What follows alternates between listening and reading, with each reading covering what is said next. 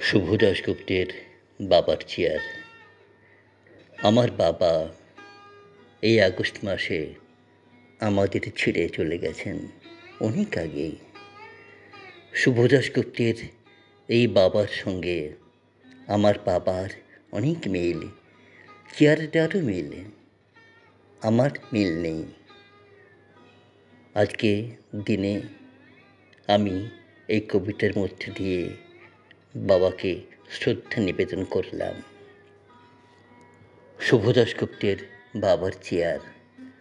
আমাদের পুরনো বাড়িতে একটা সেগুন কাঠের চেয়ার ছিল, বেশ লম্বা, হাতলওয়ালা, পিঠের ঠেস দেবার জায়গায় চারটে বড় পাটি, বসার জায়গাটাও অনেক বড়।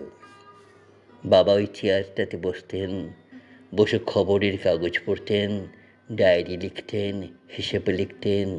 বন্ধুরা কেউ এলে ওই চেয়ারে বসে গল্প করতেন। ওই চেয়ারে সকাল বিকেল বাবা চা খেতেন বসে। বর্ষার দিনে ওই চেয়ারে পা তুলে বসে মুড়ি তেলে ভাজাও খেতেন। নতুন যে ফ্ল্যাটে উঠে এসেছে এখন, তার কোনো ঘরে চেয়ারটা ঠিকমতো রাখা যাচ্ছিল না।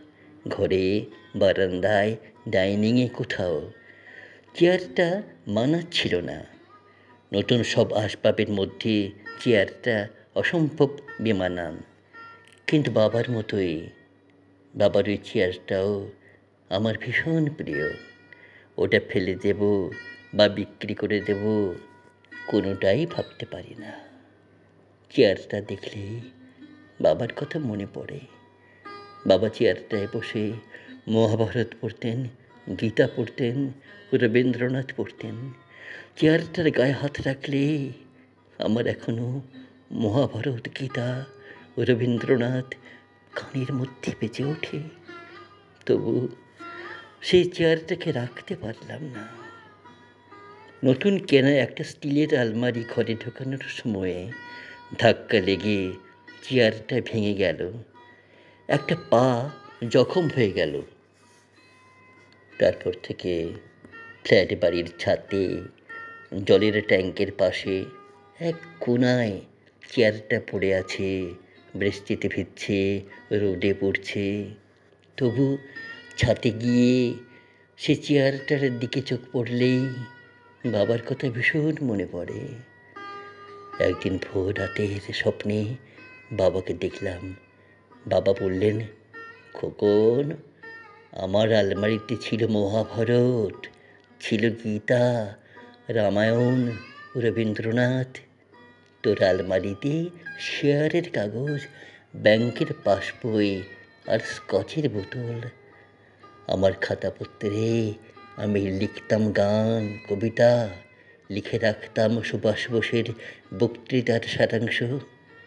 তুই তোর নোটবুকে, ডায়েরিতে কেবল টাকার হিসেব রাখিস। খোকন, আমার চেয়ারটাতে বসে অলস মধ্যাহ্নে আমি ভাবতাম মাস্টারদার কথা, ঋষি অরবিন্দের কথা, শ্রী রামকৃষ্ণের কথা। আর ওই চেয়ারে বসে তুই এখন গল্প করিস নোংরা রাজনীতির। না খোকন, ও চেয়ার তুই ছুস না। হ্যাঁ খোকন, তুই ও চেয়ারের যোগ্য নয়।